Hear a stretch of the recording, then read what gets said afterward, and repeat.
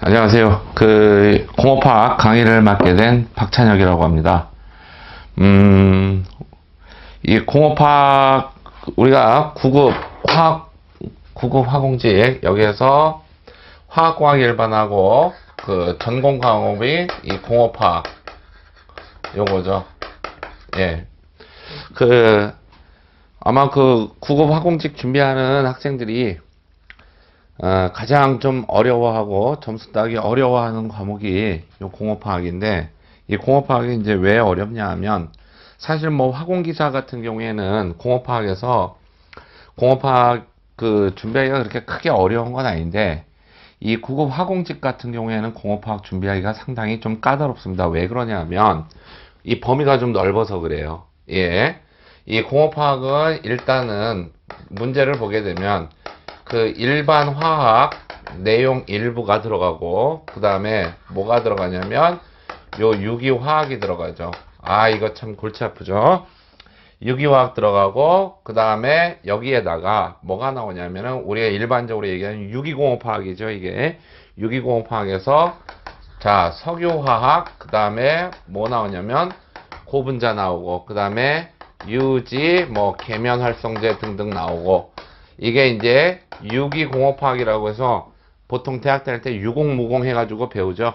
그쵸? 그 다음에 이쪽으로 와가지고 이제 무기공업화학에서 뭐가 나오면 전통적인 산알칼리 공업 나오고, 그 다음에 암모니아와 비료, 그 다음에 반도체, 그 다음에 전지, 촉매, 그 다음에 환경까지 해서 이렇게 해서 우리가 구성이 돼 있어요. 공업화학은. 그러면 이 부분에서 보게 되면 화공기사 같은 경우는 이 부분에서 시험 문제가 거의 안 나오죠. 뭐 한두 문제, 뭐 많이 나와야 뭐 두 개나 세 개 정도 나오고, 거의 대부분 얘네들하고 얘네들이 골고루 출제가 되고 있는데, 이 공업화학 같은 경우는 여기서 나오는 문제가 보통 몇 문제 정도 하면 5문제에서 6문제 사이가 나와요.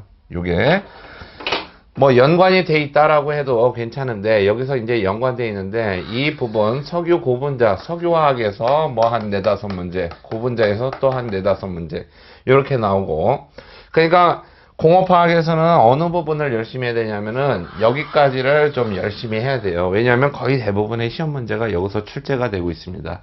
여기서 출제가 되고 있고, 그 다음에 이 무기공업화학에서는 어떻게 되면 전통적인 산알칼리나 암모니아 같은 경우는 지금 거의 나오고 있지 않아요. 시험 문제로 출제가 되고 있지 않습니다. 어디에서 많이 출제가 되냐면은 비료나 반도체, 연료전지 같은 경우, 그러니까 최근에 이제 우리가 좀 감가받는 화학이라고 할 수 있겠죠. 그 부분에서 시험 문제가 좀 많이 나오고, 그 다음에 요 촉매, 그 다음에 이 국가직하고 지방직은 이 환경과 관련된 문제들이 거의 출제가 안 되고 있어요. 환경과 관련된 것이 거의 출제가 안 되고 있고, 요 환경은 어디에서만 나오냐면은 서울시에서는 요게 꼬박꼬박 출제가 되고 있어요. 근데 이제 서울시하고 지방직하고 출제 기관이 같아진다고 했으니까 아마 이 부분도 아마 그렇게 크게 출제가 되지는 않을 것 같아요. 제가 봤을 때는. 그래서 뭐냐면은 국가직하고 지방직은 뭐가 이제 많이 나오냐면 유기화학 요 부분에서 이제 좀 많이 나오게 돼요. 시험 문제가. 일반 화학 같은 경우에는 그렇게 뭐 어려운 내용이 아니고, 우리가 유기화학을 이해하는 데 필요한 내용들, 요런 것들이 이제 조금 나옵니다. 그래서 여기 보게 되면 뭐 유기화학에서 보게 되면은 굉장히 많죠. 뭐가 나오냐면 뭐 여기서 우리가 탄수화물에 분류해 가지고 뭐 알케인, 알켄, 알카인, 그다음에 뭐 사이클로, 그다음에 방향족인 벤젠 나오고요. 그다음에 여기서 지방족 탄화수소의 유도체인 뭐 알코올 에테르, 그다음에 알데히드와 뭐가 돼? 케톤 나오고, 카복시산하고 에스테르 나오죠. 뭐 보통은 이제 최근에 얘네들 유기 화합물들의 이름들을 거의 대부분 미국식 그 발음에 많이 따라가도록 지금 개정이 되고 있거든요. 근데 그 화공직 같은 경우에는 아직도 그 예전에 불렀던 그런 그 이름들, 그런 거, 뭐, 알데하이드라고 하지 않고 알데히드라고 하고, 그 다음에 에터나 에스터라고 보통 얘기하는데, 이거를 에테르, 에스테르 얘기하는데, 그 뭐, 제가 혼용을 해도 그 좀 잘 좀 알아들으세요.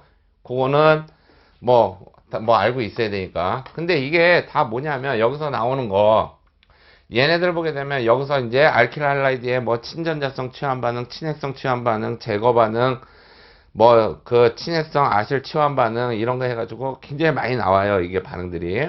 얘 나오는 것들이 전부 그 보게 되면 유기화학에서 한 단원을 차지하는 부분들이에요. 이게 다.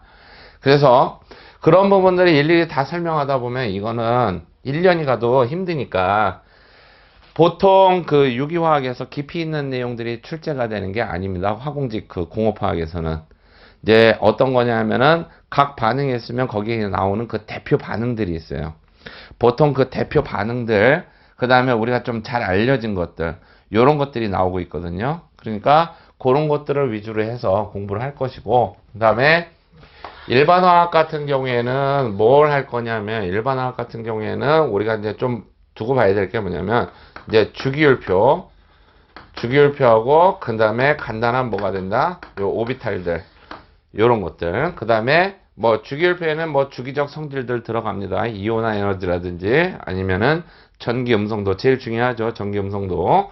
요 부분 들어가게 될 겁니다. 그래서 여러분들이 어디까지냐면, 요 단원까지만, 여기까지만 좀 고생을 해주시면 돼요. 여기까지만 고생을 해주시면 되는 게 왜 그러냐면, 석유화학이나 고분자, 유지 계면활성제 이런 것들에서는 거의 대부분 어떤 특정한 반응 메커니즘을 물어보는 게 아닙니다. 이거는 뭐냐면은 에틸렌으로부터 뭐가 만들어지느냐, 프로필렌으로부터 뭐가 만들어지느냐, C4 계열의 물질은 뭐가 있느냐, 뭐 여기서 뭐 방향족계 그 화합물에서 벤젠, 톨루엔, 자일렌 나오는데 뭐 만약에 파라자일렌을 산화시키면 뭐가 되느냐, 뭐 오르소 자일렌을 산화시키면 뭐가 나오느냐, 뭐 이런 식으로 주로 뭐냐 하면은 내가 어떠한 물질이 있는데 이걸 반응을 시키게 되면 여기에서 어떠한 물질이 얻어지겠느냐, 그 다음에 여기에서 쓰는 뭐가 된다, 여기에서 쓰는 촉매는 무엇이냐, 뭐 이런 것들. 그래서 가장 대표적인 게 뭐냐면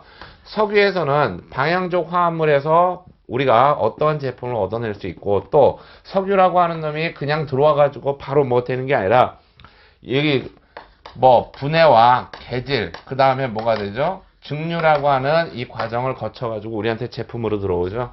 이런 것들 해가지고 나오는 거고, 그 다음에 유지하고 계면활성제, 그 다음에 도료하고 안료를 제가 넣어놨는데, 도료하고 안료는 지금 시험 문제로 안 나온 지 상당히 오래됐어요.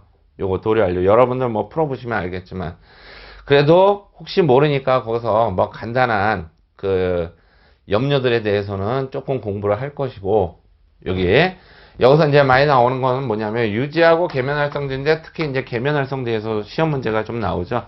뭐 비이온성, 양이온성, 음이온성 해가지고, 그 다음에 HLB 값 이런 것들 해서 나오고, 유지에는 여기에서 나온다라고 하면 이제 여러 가지 값이 있죠. 뭐 요오드 값이라든지 비누화 값이라든지 이런 것들이 있죠. 그런 것들에 대한 정의. 그 다음에 가끔가다 나오는 게 뭐냐면 제지, 종이죠, 종이. 종이는 이거는 그냥 정의만 그 나오는 그 공정에서 이 공정이 뭘 하고 있느냐, 그런 것들만 알고 있으면 되겠습니다.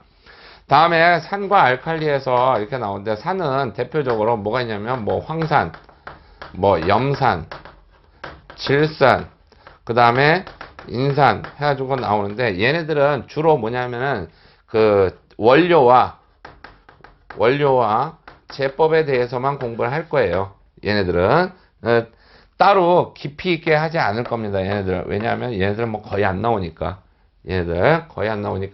대표적인 제법만 가지고 공부를 할 거고, 알칼리도 마찬가지예요. 뭐 탄산나트륨, 수산나트륨 이런 것들 할 거고, 암모니아는 조금 중요하기는 한데, 암모니아는 뭐 그 자체로는 많이 안 나오고 다른 것과 연결돼서 많이 나오니까 주로 이제 비료에서 보게 되면은 우리가 뭐 그 비료의 3대 요소라 그러죠. 질소, 인산, 칼륨에서 질소 비료, 인산 비료, 칼륨 비료 공부하고 그다음에 복합 비료, 화성 비료, 배합 비료 이런 것들에 대해서 공부를 할 겁니다.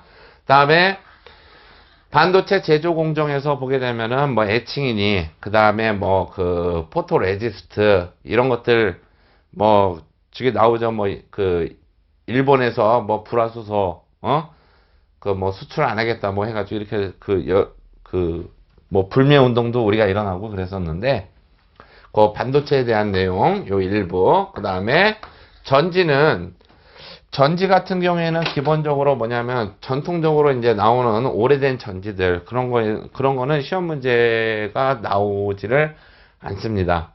그러니까 뭐냐면 그 뭐 일반 화학에서나 나오는 뭐 볼타 전지, 다니엘 전지, 뭐 1차 전지, 2차 전지 해가지고 여러 가지가 나오죠. 그런 것도 안 나오고 나오면 뭐가 나오냐면은 여기서는 연료전지가 이제 시험에 많이 출제가 되고 있고 다음에 뭐 촉매 같은 경우에는 이제 첫 번째 제올라이트라는 게 뭐냐. 그 다음에 두 번째 나오는 게 이제 담체 캐리어라고 그러죠. 담체 관련된 내용. 그리고 그 뒤로 넘어가게 되면 이제 최근에 한 두어 번 정도 나왔던 그 문제가 뭐가 있었냐면 고정화 효소라고 하는 거 그런 게 있었죠. 그리고 이제 여기서 생체 촉매로서 그 미하일리스 멘텐 식이라고 하는 게 하나 있어요. 그거는 사실 그 반응공학에서 나와도 되는데 그렇고 그다음에 환경은 주로 이제 수처리 공정 같은 게 이렇게 나오는데 이거는 아마 올해부터는 거의 출제가 되지 않을 것 같은 그런 예감이 좀 들어요. 제 예상은. 그래서 제가 어디다가 이제 제일 시간을 많이 투자할 거냐면은 여기 고분자까지 시간을 좀 많이 투자할 거예요. 투자를 많이 할 거고 그 다음부터는 뭐 그렇게 어려운 거 없으니까 아마 여기까지만 여러분들이 고생해 주시면 괜찮을 것 같아요. 그냥 쭉쭉 그 다음부터는 어렵지 않게 이제 나갈 수 있으니까.